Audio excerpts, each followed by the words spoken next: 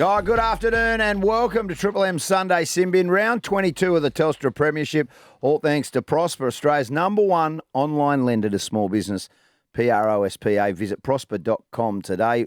Women in league round, such an important round, the round 22, and there's been some really surprising results already this weekend. But just to all the women that are involved, the mums, the officials, the sisters, the cousins, the girlfriends, the wives, the daughters, anybody who is involved in rugby league, thank you for your contribution. The owners. The referees. Yes.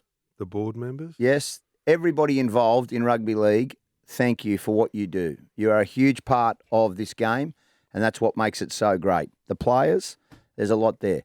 We've got a big afternoon of rugby league ahead of what will be an important game for the Penrith Panthers. They take on the Knights at Bluebet Stadium. Dan Gordane will be your caller for that one this afternoon. We will get to the Dragons defeating the Melbourne Storm very shortly. They have cemented a spot at the bottom of the 8, and it's been a real success story for a side that struggled for so long. We'll talk about Parramatta's recruitment woes. Surprise, surprise, there's a player manager in the thick of it. We're going to get to that and why clubs continue to go down this path. I call BS, and we'll also have a rapid fire. The Broncos is very shortly. We're going to unpack that. But a very good afternoon to the Raging Bull. Gordon Tallis, good afternoon. Oh, good afternoon, everybody. It's a great weekend of footy. It's the finals. It's one drops out and another one steps up. So if your team's in with a chance, you're sitting on the edge of your seat watching all the other results and you think, oh, Dragons are going to get beaten. And they don't, and it just keeps on happening. It'll be interesting. Our game just keeps on giving. It does. Jammer, good afternoon. How are you, my friend? I'm going very well, thanks, Ben. I just echo Gordon's words there that the unpredictable nature of our game and our sport is what makes it so appealing. The game last night, look, all Dragons fans were cheering, but there was about 5 or 6 teams that were just in complete and utter shock. This didn't go to script. Dolphins, they were upset. The Dragons weren't supposed to get to 2 points. There've been people, the fans of teams like Canberra, the Dolphins, the Knights even, would have just been tearing their hair out. Like, what is going on? Yeah. This isn't script, but this is rugby league. And maybe next week it's their turn to get the upset victory. It's brilliant to watch. 5 weeks to go after this round, and you're right. Hoops, good afternoon, mate. How are you? Good afternoon, Ben. Outstanding. Women in league round. I'm glad you gave a positive shout out off the top of the show about the wonderful contribution all the women in the game make. And then also just a ripping round of footy. I'm excited about the Savo. Bulldogs Raiders at Belmore. They've had the sold out sign up. I love suburban football. Yeah. For about 3 weeks probably. That will be, mate, it's sold out way earlier in the week. That will be a real experience there this afternoon. It'll be rock and rolling. I think it'll be a cracking game because you got Canterbury on the fly and on the rise, and then you got Josh Papali'i playing his 300th game as well. And they need to win as well, Canberra, to keep their life. They have to win. Keep it alive. Yeah, like you say, Hoops, it is sold out, but expect to see plenty of rail workers come on for the Sunday shift. Surprisingly, the double time. Willing they will be just making some track rail work. workers? Or do they just go to Bunnings and get the high vis and just walk along? Hard hat, high vis, steel caps. Are they just tradies? If they do, Gordon, you've got to applaud them. I think you've got to say. I think it's fair. You've got to say, well done. Yeah, not if the Not trains rail are still running. I'm not applauding them. I'm saying, you just come yourself. come near the fence. Come near the fence. Right, boys, let's get into it. Titans defeating the Broncos 46 points to 18 yesterday. 18-10 at halftime. Broncos were leading. Payne Huss, there'll be scans tomorrow on confirmation, but it's believed it's a Liz Frank. And the early reports on Ezra Mam is that it's a fracture, lower leg fracture as well. They will have scans tomorrow and report.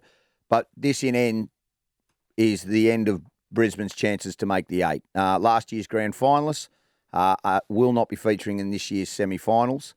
And there is lots of reasons, but we have got to unpack it. I'm going to go to you, Gordy, first up. Your thoughts after yesterday's game. We'll talk about the Titans and their performance later, but focusing on the Broncos, your thoughts first up.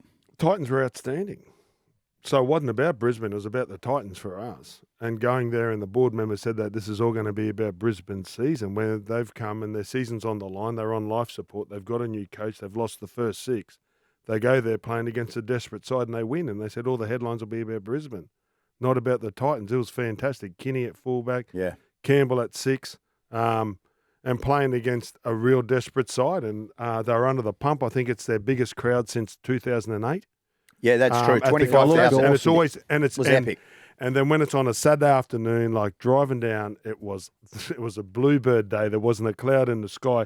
And to have that many rugby league fans show up, it just proves that when you win on the Gold Coast, that there's a home for rugby league. So that's that part, because I wanted to give Titans a rap because it wasn't all about Brisbane. But Brisbane, they tried really hard yesterday. I thought they were in it. They were going through the middle. I thought it's going to be a long day here. I think, they're going to go. And then losing Payne Haas and Ezra Mam, it's not an excuse, but they'd only played, I think their top 5 players had only played 5 games together. And this is not an excuse.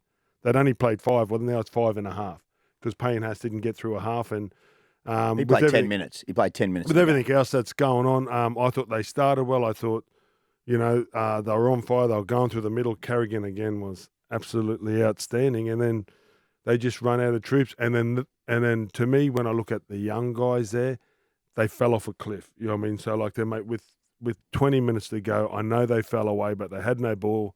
Titans had 58% of the ball. Broncos were missing, I think they missed over 40 tackles. And then the young kids that got their jerseys a bit early just sort of fell off the edge, in my opinion, watching it. Could I ask the three of you from this? Is it fair to say that Brisbane probably have been making some errors in attack? Their game plan, a lot of errors in attack, and because they're having to defend these errors. 9 yesterday. In attack. 9. That's huge. 9 errors in attack with you've got the ball, and then having to defend that. It's so close. Is that the reason? Because they're a young side, they're having to defend this, and that is putting fatigue in, and then that's causing a lot. When people think of dropping the ball, right? So if you drop the ball and you got 6 tackles, that means that they go backwards, say 40, 50 metres, so they're doing work. You drop the ball, you're straight on the back foot without your teammates, without that little, without that negative little thought that goes in your mind. There's 54 tackles that they got to do extra. You're spot on, Gordy. Look, the Gold Coast Titans, the Gold Coast were outstanding yesterday, and the scenes were great for the game. The scenes were outstanding. To have a sold-out C-bus, rock and rolling, all their fans up and about, it was awesome. I'm tipping that the TV ratings will be huge. Massive. But we can't escape. It's one of the biggest stories of the season, the rise and now the fall of the Broncos. And the fact that they're going to miss the finals, it is going to create a lot of headlines. There are going to be massive post-mortems. They're going to be up on the hoist and everybody's going to be asking questions about where and why and how it's gone wrong. I don't have the answers, Gemma. I don't know. Look, you're right about the errors. And that isn't just yesterday. That's been over the course of this season, the entire season. But there is going to be a lot of fallout because the Broncos are one of the flagship clubs, and that's the reality of rugby league these days. Yeah, just looking at this game in isolation, again, the Titans, fantastic. 12-0 down this week. They clawed their way back in. Last week, they were 14-0 down. These are traits that we don't often associate with the Titans. In fact, in previous years, it's been the opposite other way. effect. So credit to what Des has that, and the players are buying into. Keeney, what a player. We all thought it was going to be Brimson or Campbell. We'll forget those two. See you later. Get Keeney at the back. Like, he is the man. He is the star. Like, what a player he is. There's a battle of the watch. fullbacks, wasn't it? So you see Reece Walsh, the first one, takes him on, puts the little kick in behind him, and then bombs. And that's a Tom Trbojevic special, right? Like, let's bomb the fullback.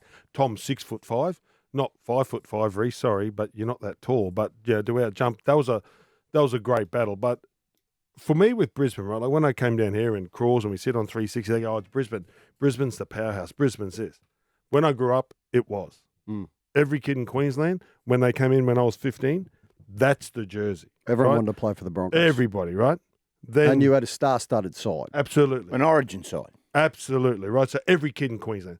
So then you go, in 95, the Cowboys come in. Yep. So now as a North Queensland, the Cotters, the Gilberts and all those guys, they they want to stay Cowboys. there. Like Val Holmes, Matty Bowen and all those guys, they stay there. The Dolphins are coming. Don't mince your words here. In 10 years' time, that's the biggest force in rugby league. But Gordon, And that's why, hold on. So their stocks, so everybody thinks, oh, mate, it's the Brisbane Broncos. They've been divided by 4. So the Titans now have got their act together off the field with their pathways, with their schools, with zones, with going in there. The Broncos don't own the state the way everybody thinks they used to. But they have a better roster than those 3 teams you're talking just saying about. that they don't, no, but but they don't have a have the better depth. roster, Gordon. They don't have the depth. Okay, But so they're- what they're is a that about? flagship club. Yeah, they're a flagship, and if, I Absolutely. think They're a anybody would. powerhouse. So if it's their starting side that ran out yesterday, we all would agree 1 to 17 was better than the Titans yesterday. Absolutely.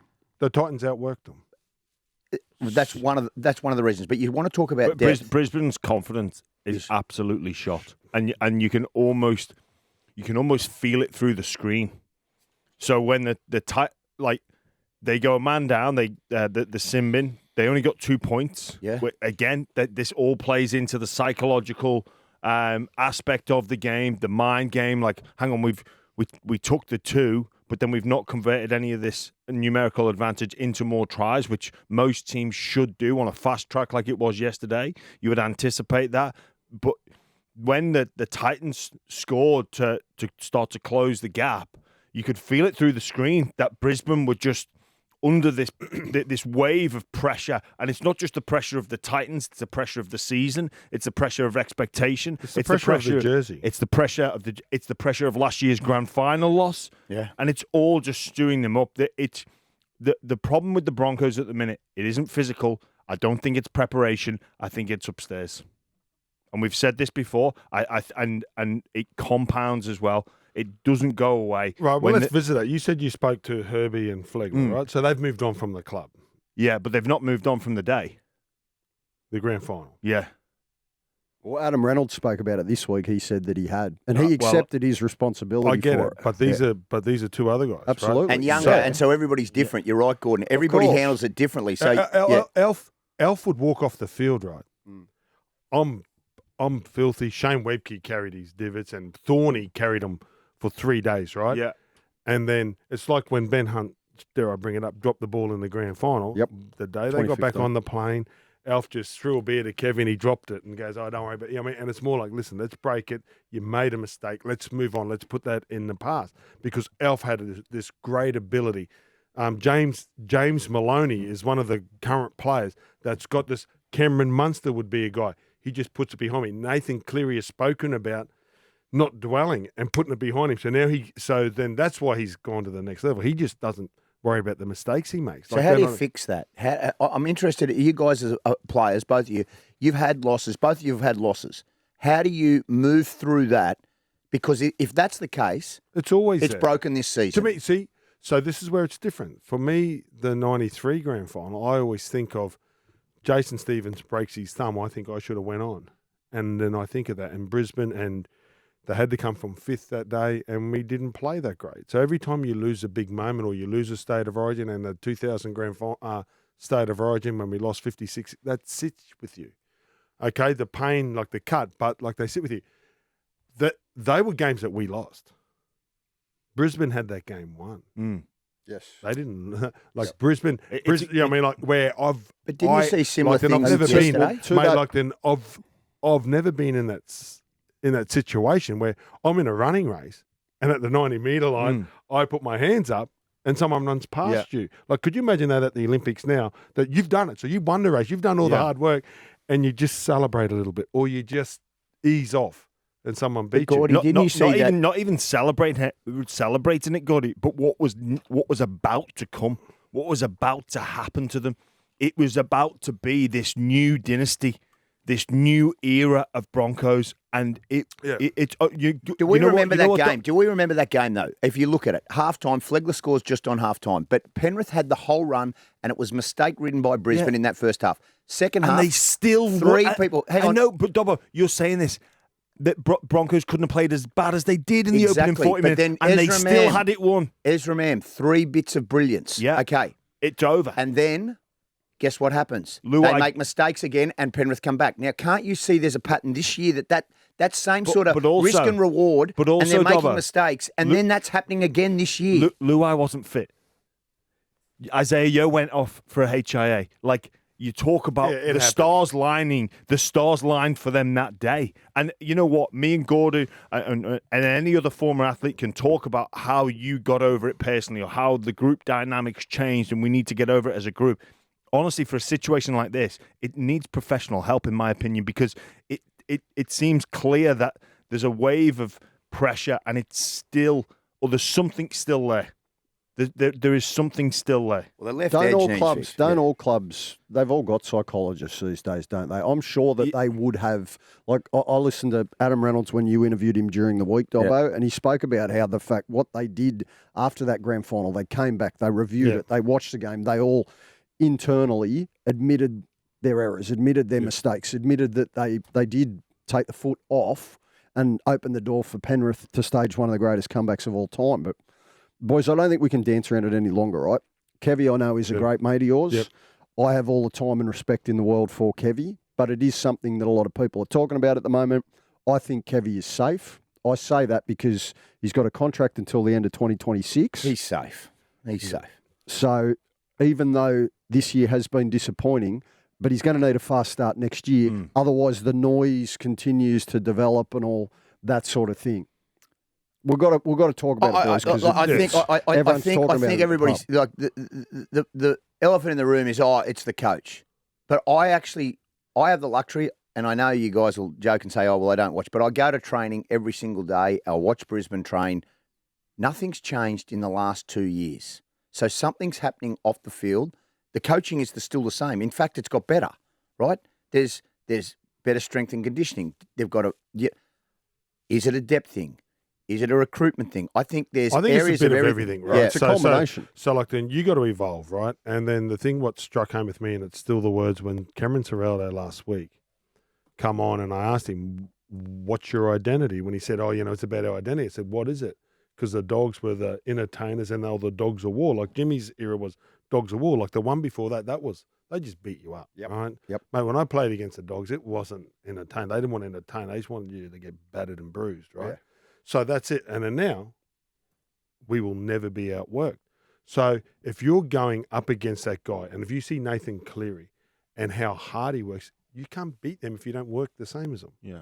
You can't beat them. And the sad part is that's who you got to beat. Is that on the field, Gordon, or off the field? Because everybody's Training. doing Training. So you're saying the training needs to go up a bit? Training, right? So like then everybody says, Adam Reynolds has been out. So was Nathan Cleary. Come back, kicked the 45-metre field goal, then scored a hat-trick the week after. Looked super fit and ready to go and get into the season. Yep.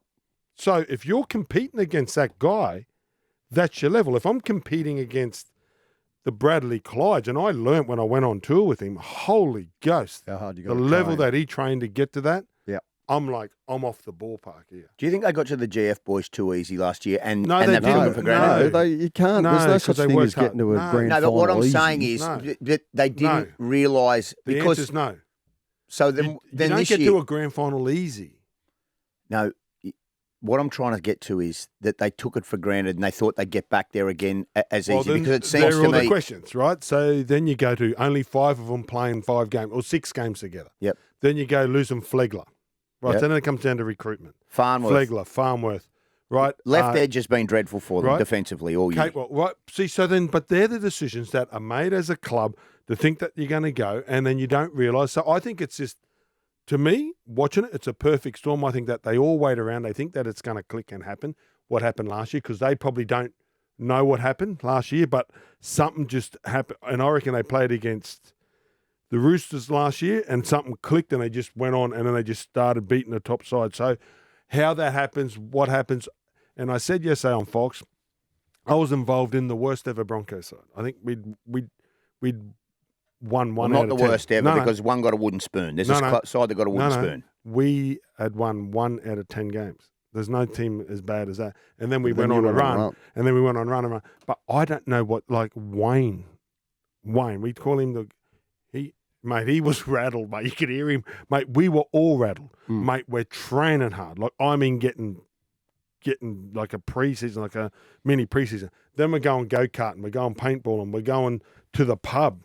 Right, you know, the boys, don't worry, mate, we're going here, mate, we're going to Red Rooster and go to the pub. And we didn't know. And then something just happened and we just got this little tiny victory. And then it just all went that way. But with Brisbane, if you sit and wait for your mate to do it, you can be sitting and waiting a long time. They've lost their mojo at the moment. There's no doubt about it. Yeah. But I still think they can get it back. Not this year. This year, get the red pen out. That's gone. That's a write-off, right? But they've got to Jimmy's point from earlier about professional help, They've got to quickly be able to wash this season as a write-off, galvanise the group. There's going to be some changes in terms of the coaching staff, right? Yep. Kev will still be the head coach, and Kev has a lot of support amongst Ridiculous. And rightly supporters, so, he should. fans, members, everybody, because of what he did last year and because of the rebuild that he's had to take the Broncos through. Hey, listen, they got a spoon. Take a leaf out of Parramatta's book.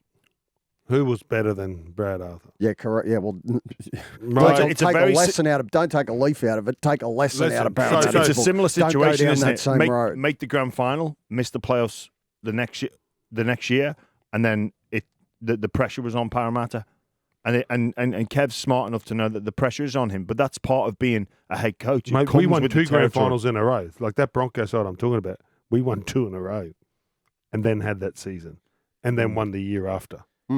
You also have They can get it back. They've They got can the get it back. roster. You know, Well, look at can. the Roosters. They've got the roster. The Roosters got a spoon, didn't they? And close to a spoon, and then won a premiership the next year in 12 and Look, 13.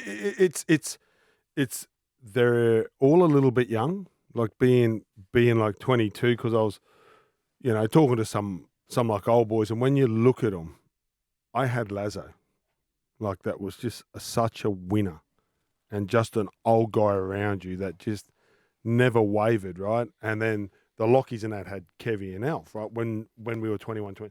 If you look at them now, like they're all 20, like if you really look at the squad, it's a pretty Very young young squad. Mate, it is a very young squad. And It's some a of good them, squad, though, Gordon. great, mate. It's an outstanding great roster. squad, Any but- coach would want that But list. Payne has, and we talk about Jonathan Thurston at 20 to 30. They're two different players. If you look at Payne Haas, how he was 3 years ago, he was doing, but he's a better player now. I think he adds to him. If you look at Carrigan, he's a better player now.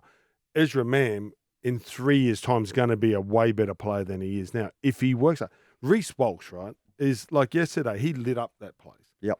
But then it's about putting the ego in the pocket, putting the cue back on the rack, and this is what we need now, and this is where we're going. That comes from what? Experience. It doesn't come from keep on trying. And then on the second tackle, he puts a little kick through and it goes up. And then I'm sitting there and someone goes, oh, that's a stupid kick. I'm thinking, he scored 2 tries from what you thought were stupid kicks. Like even in the commentary, Corey Parker, oh, mate, that's a nothing kick. Well, he scored a try from it, so it is a something kick. So when you look at blokes like that, but like when you look at blokes like that, and Alf used to put that grubber in, if Alf didn't go through and get the ball and put it down, God, that's a stupid kick. He mishit it. But like it works. So you as a teammate, Gordy, if Alfie did that, you're just straight back on the horse because we accept what Alfie does and we'll accept the mistakes because he brings moments of brilliance. And then that's the point that I was getting to. So then I watched Reece go to the line and Corey Oates drops the ball and he just looked at him. He sprayed him.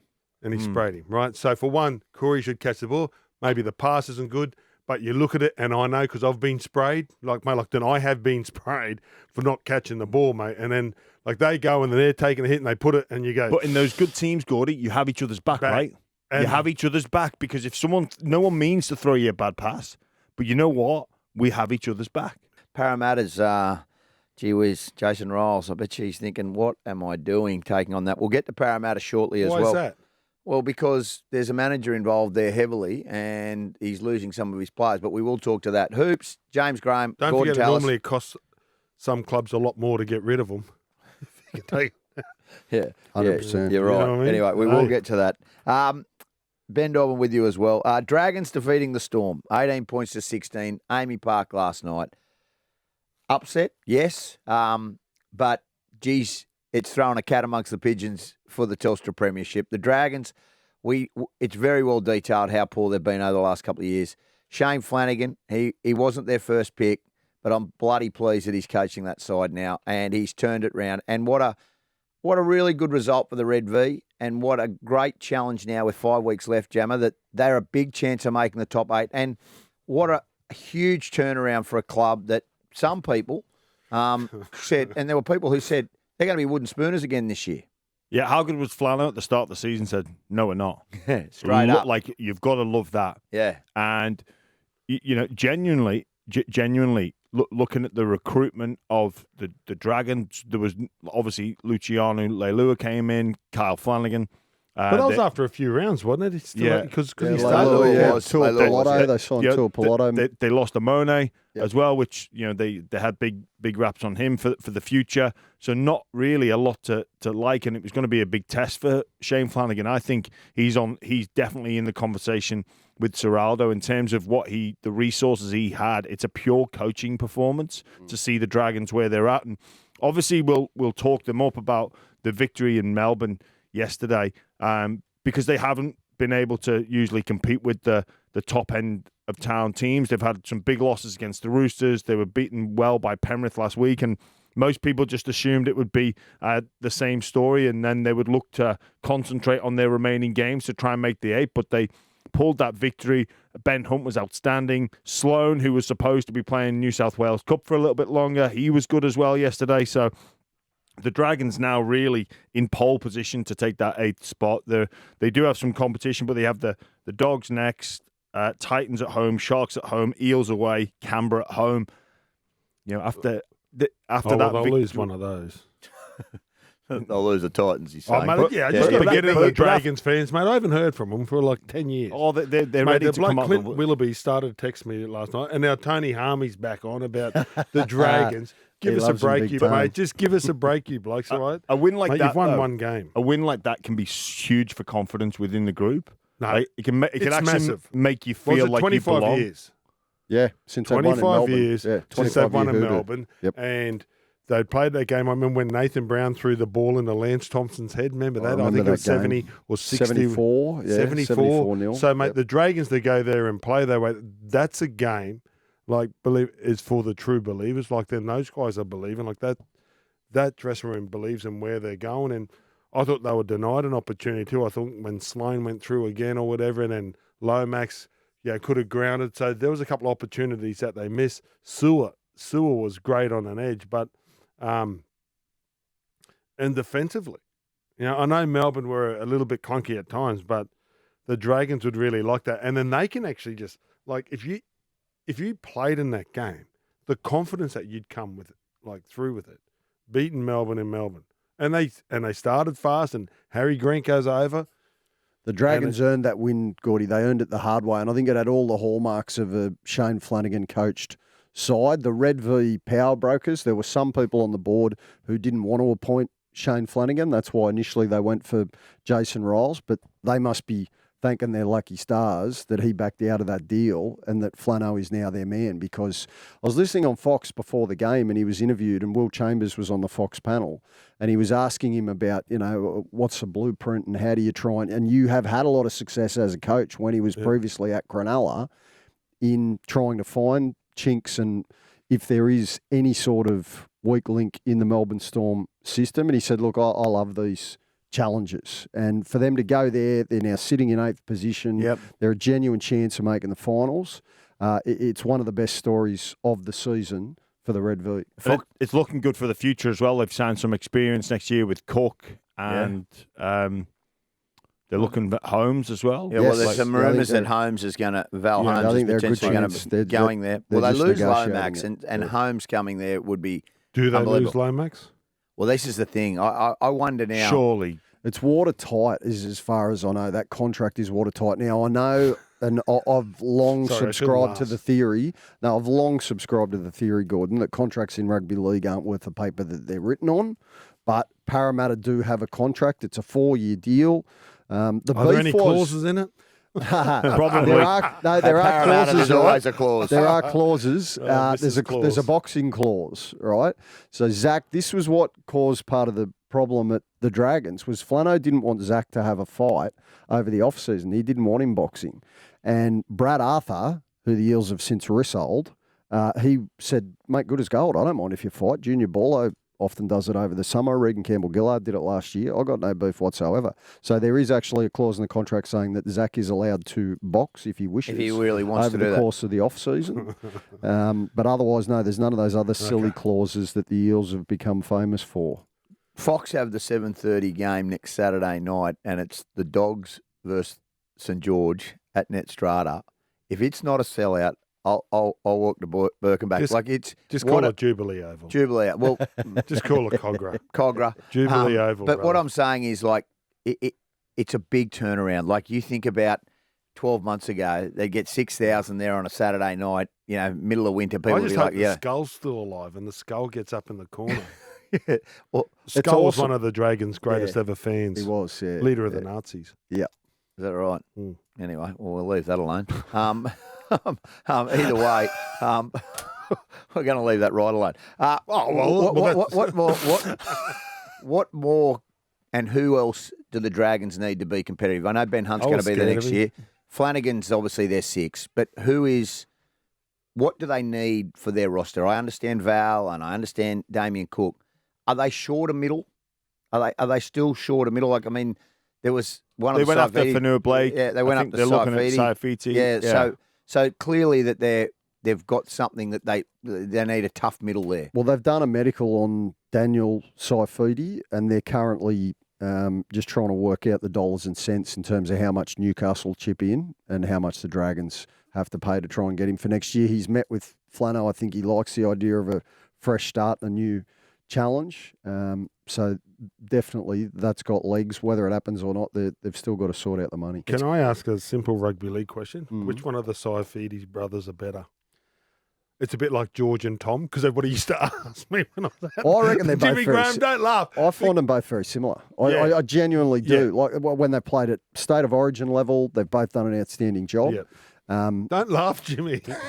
Jimmy, you're the front rower. You're Who's smiling. Oh, look, I'm let's asking Let's a get an genuine honest question. opinion from the retired international. Well, it's funny you ask, because I'm thinking about my time with Twins and Brett and Josh, and look, Which one was better? The Morris boys you're talking Yeah. about. Yeah. I can't go public with that piece of information. What about the Saifidis? Can you give us an... It's hard to split, because I think at different points They're both like been outstanding. that one of them goes ahead of the other. Well, it's like George so- and Tom. George jumped out of the blocks, Yeah. and Tom has just stayed there and through longevity. Yeah. Mate, he's been outstanding. Yeah.